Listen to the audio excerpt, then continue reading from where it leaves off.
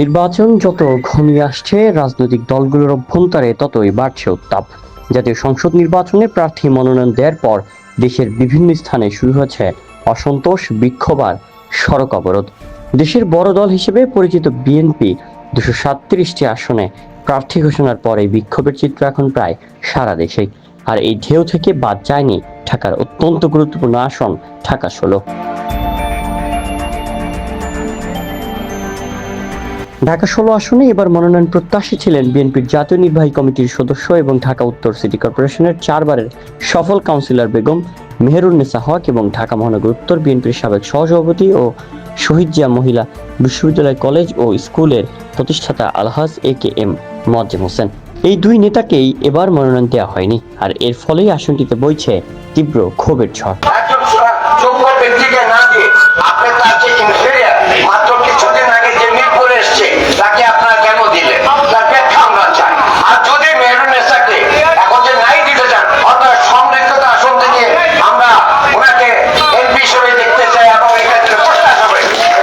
বুধবার রাতে রাজধানীর পল্লবীতে এই দুই নেতার সমর্থনে এলাকার জনসাধারণ ও বিএনপির নেতাকর্মীরা একটি জনসমাবেশ করেন, যেখানে মনোনয়নের বিষয়ে দ্রুত পুনর্বিবেচনার দাবি উঠে আসে।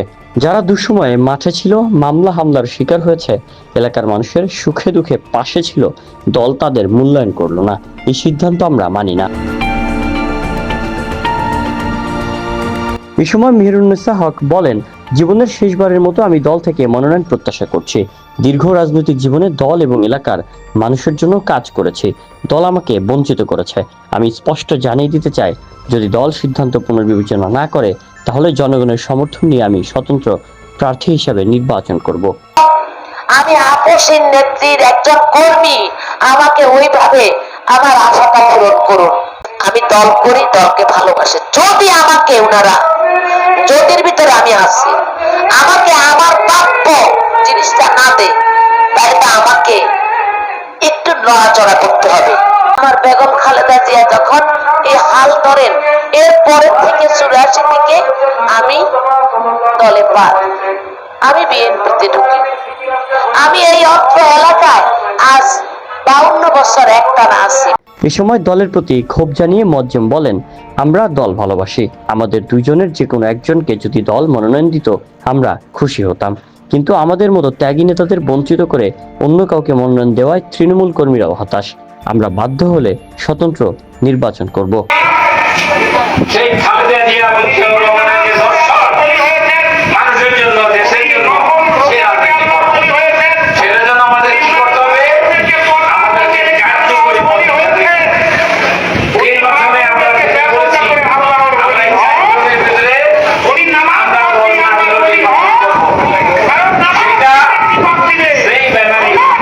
সাধারণ ভোটাররা বলছেন, মনোনয়ন নিয়ে যদি এত ক্ষোভ আর পাল্টাপাল্টি অভিযোগ থাকে, তাহলে ভোটে এর খারাপ প্রভাব পড়বেই। সাধারণ মানুষ হিসেবে আমাদের দাবি, দলের উচিত হবে মনোনয়নের বিষয়ে পুনর্বিবেচনা করা, এতে দলেরই মঙ্গল হবে। একটি বৃহৎ রাজনৈতিক দলে মনোনয়ন নিয়ে অসন্তোষ থাকা অস্বাভাবিক নয়, তবে ঢাকা 16 আসনের ক্ষেত্রে দুই সিনিয়র নেতার পক্ষ থেকে স্বতন্ত্র নির্বাচনের যে হুমকি এসেছে, তা দলের জন্য মারাত্মক ক্ষতির কারণ হতে পারে। যদি দল দ্রুত অভ্যন্তরীণভাবে এই ক্ষোভ প্রশমিত করতে না পারে, তাহলে ভোট ভাগ হয়ে যাবে এবং চূড়ান্ত ফল দলের বিপক্ষে যেতে পারে। মনোনয়ন পুনর্বিবেচনা বা অত্যন্ত বিদ্রোহী প্রার্থীদের সাথে আলাপ আলোচনার মাধ্যমে দ্রুত পরিস্থিতি নিয়ন্ত্রণে আনা বিএনপির জন্য জরুরি। একদিকে দলের প্রতি ভালোবাসা, অন্যদিকে জনগণের চাপ এবং স্বতন্ত্র নির্বাচনের ঘোষণা। ঢাকা 16 আসনের এই টানাপোড়েন এখন বিএনপির হাইকমান্ডের জন্য এক বড় চ্যালেঞ্জ। দলের ঐক্যর স্বার্থে শেষ পর্যন্ত কি হয় এই আসনের মনোনয়ন নিয়ে, সেদিকেই নজর থাকবে সবার। সাব্বির হোসেন সায়ন, জনতার আলো, নিউজ ডেস্ক।